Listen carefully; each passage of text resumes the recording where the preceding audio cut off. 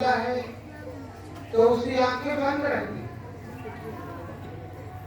गर्भ के अंदर शिशु को कुछ भी दिखाई नहीं देता। लेकिन जब माँ के गर्भ से बाहर आने के बाद अगर उसकी आंखें बंद रह जाएं तो शायद माता पिता सशंकित हो जाएं कि कहीं बच्चा बच्चे की आंख तो नहीं खुलेगी, तो अंधा ही रह जाए। आंख खोला, देखा तो जरूर, लेकिन कुछ भी उसे भान नहीं था। धीरे धीरे जब उसकी अवस्था बढ़ती है तो पहले वो अपनी माँ को देखना प्रारंभ किया। पहचान भी नहीं की कि हम किसी गोद में हैं, हम कैसे जीवित हैं, हमें क्या मिल रहा है। दूध तो पी लेता है पर उसका ज्ञान उसके पास नहीं। जैसे जैसे बड़ा होता है उसको कुछ विचार की श्रृंखला उसके हृदय में प्रकट होती है, और वह जब बाहर होता है, जब जब बड़ा होता है क्यों तो देखना ही तो प्रारंभ करता है।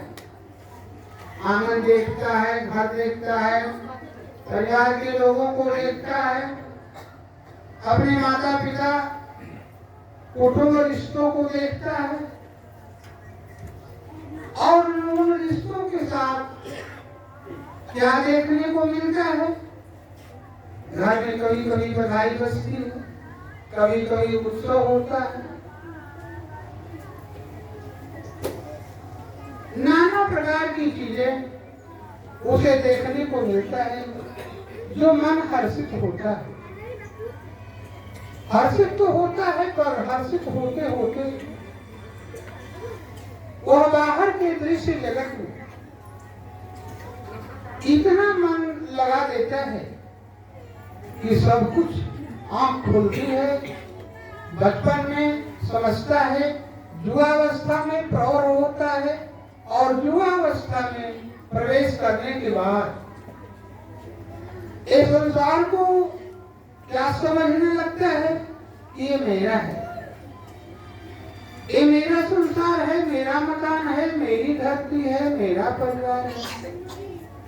ये सब मेरा का दृश्य तो देखता है, उत्सव देखता है, लेकिन जो मेरापन का भाव लग गया, तो जहाँ मेरापन का भाव लग गया वहीं पर तेरापन का भी भाव है।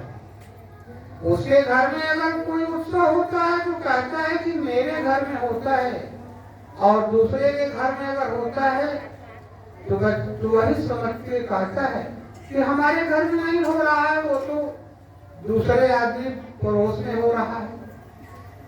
हो तो रहा है लेकिन उसके दिल में अपनापन का भाव नहीं है। यही मैं और तेरा, मैं तू और वह, इसके भाव में बन गया और बहुत कुछ देखा। जीवन पर्यंत हर मानव देखता ही है। शहर देखा, बाजार देखा, मंदिर देखा, मठ देखा, आश्रम देखा, तीर्थ देखा, बड़े बड़े उत्सव देखा, सिनेमा घर देखा, क्या नहीं देखा। मनुष्य को भी देखा, कई रूपों में देखा। किसी को अच्छे वस्त्र में देखा, किसी को रंगीन वस्त्र में देखा, किसी को नाच गाना के रूप में देखा, नाचते हुए भी देखा। ये सब उत्सव ही वो देखता चला आया, और यही उत्सव देखते देखते बाहर के प्रपंच जगत का जो भी दृश्य है वो उसके लिए बंधन का कारण बन गया। लेकिन और प्रकृति में बच गया।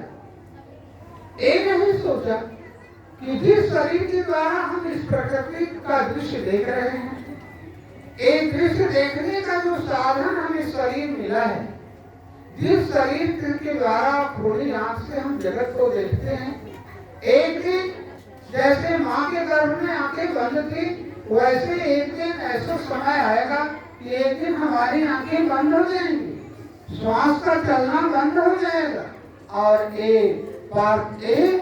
एकमात्र पार्थिव शरीर बच जाएगा।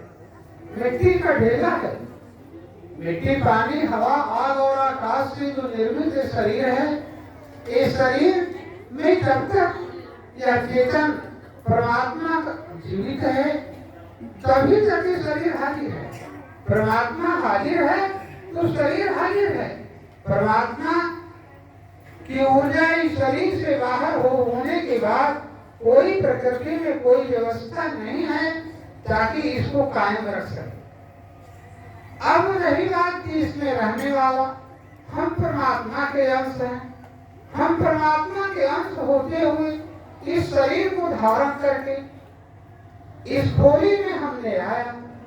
आने के बाद हम जगत को निहारते निहारते और मायाबद्ध हो गए। हंसना, कभी अपने अनुकूल व्यवस्था, अनुकूल परिस्थिति को देख के हंसते हैं और प्रतिकूल परिस्थिति जब हमारे सामने आती है, जहाँ मेरापन का लगाव है, जहाँ मेरापन का लगाव नहीं है, वहाँ कोई दुख नहीं है।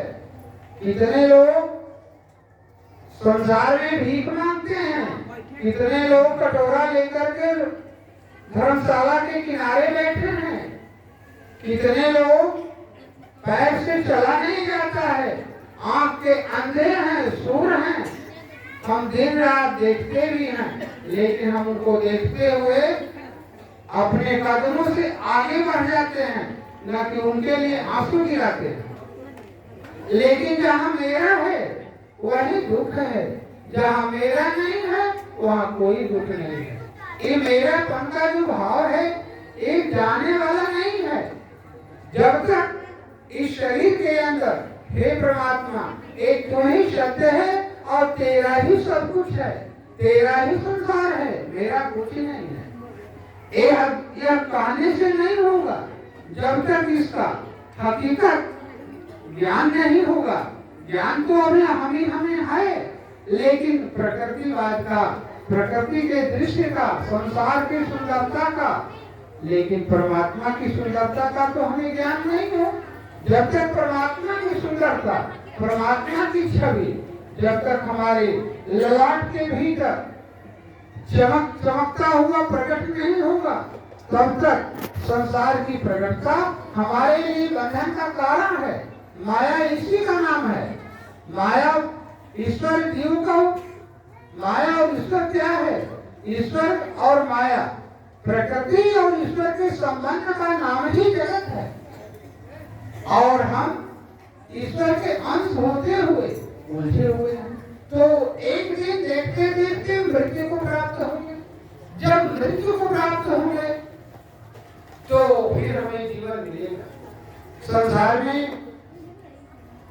एक अज्ञानी मरता है, जो माया प्रकृति का ज्ञान रखने वाला जब मरता है तो उसका नाम कोई नहीं लेता है। कुछ दिन के बाद कुछ समय तक याददाश्त बनी रहती है, लेकिन कुछ पीढ़ियां आने के बाद वो सब लोग भूल जाते हैं। लेकिन जो जीवन में रहते जो प्रकृतिवाद से जो मरना सीख गए, मर करके जो जीवित हो गए। मरना क्या है? एक मरना शरीर का होता है और एक मरना जीव का होता है। जीव जब काम क्रोध लोभ आदि प्रबल मोह के धार तीर्ण है दारुण दुखद की माया रूपी नार। माया क्या है? एक तुम्हारी जो शरीर है यही माया का रूप है। इसी माया में तू कामना क्रोध लोभ मोह के वशीभूत जब तक रहेगा तब तक ईश्वरीय दर्शन से तू अलग रहेगा। ईश्वरीय दर्शन आने के बाद तू माया में रहते हुए भी तू तैरती हुई नौका है। नौका कभी संसार में डूबती नहीं है, जलाशय में नौका बहती हुई जाती है। महापुरुषों का जीवन नौका की भांति है, वो बहते हुए जा रहे हैं और उस नौका पर सवार हो जाने के बाद हम भी उस जीवन को प्राप्त हो जाएंगे। ऐसे जीवन को प्राप्त हो जाएंगे जिनमें फिर मृत्यु की संज्ञा उनके पास नहीं होगी। जीवित जीवन उसी को कहते हैं जो जीवन में आने के बाद कभी उसकी मृत्यु ना हो। तो प्रकृति में तो हमारी मृत्यु होगी, लेकिन आत्मा का जीवन जब है जो आत्मा परमात्मा के गर्भ में जब प्रकट हो जाता है, यानी जब परमात्मा विदित हो जाता है, यही जीवात्मा का वास्तविक जन्म है। जन्म प्रकृति में जो जन्म है ये माया वाले जन्म है, लेकिन परमात्मा के दामन में जब जन्म हो जाता है तो यह जीवात्मा अमरता को प्राप्त हो जाता है, अमर जीवन को प्राप्त हो जाता है। यही एकमात्र उदाहरण है कि राम और कृष्ण नहीं रहे, फिर भी आज वो जिह्वा पर जीवित है। क्यों? वो भी शरीर में थे, लेकिन उन्होंने अमरता का जीवन प्राप्त किया। इस शरीर में आने के बाद ईश्वरत्व को प्राप्त हुआ। ईश्वरत्व को प्राप्त होने वाले महापुरुषों के लिए मृत्यु की संज्ञा नहीं दी जाती है, उनके लिए समाधिनिष्ठ की संज्ञा दी जाती है। समाधि का अर्थ होता है समान रूप से व्याप्त ईश्वर। समान रूप से व्याप्त जो ईश्वर है उसमें वो सदा के लिए शयन कर गए। शयन करने के वो सदा जागृत हैं, लेकिन जहाँ जागृत हैं, हम शरीर में जागृत हैं, माया में जागृत है, और एक महापुरुष परमात्मा में जागृत रहता है। और शरीर नहीं रहने के बाद भी वो उसके रहने सहने और करने को शायद कोई जानता है, कोई महापुरुष जानते हैं। यह भगवान जब भगवान सदा से करते आ रहे हैं, आज भी कर रहे हैं। राम और कृष्ण के मंदिर में आज भी हजारों लाखों की भीड़ लगती है। सबका मन मुराद पूरा होता है, लेकिन अगर मुराद पूरा नहीं होता तो उनके मंदिर में दर्शन नहीं होता। तो आज जो भी हम उत्सव मना रहे हैं, जन्मदिन, क्या ये सदा ही जन्मदिन होने वाला है। जन्म ये ऐसा दिन है जो कभी मृत्यु को प्राप्त होने वाला नहीं है। जीवा पर ये महापुरुष सदैव इस धरातल पर जीवित रहेगा। बस इतना ही काफी समाप्त करना।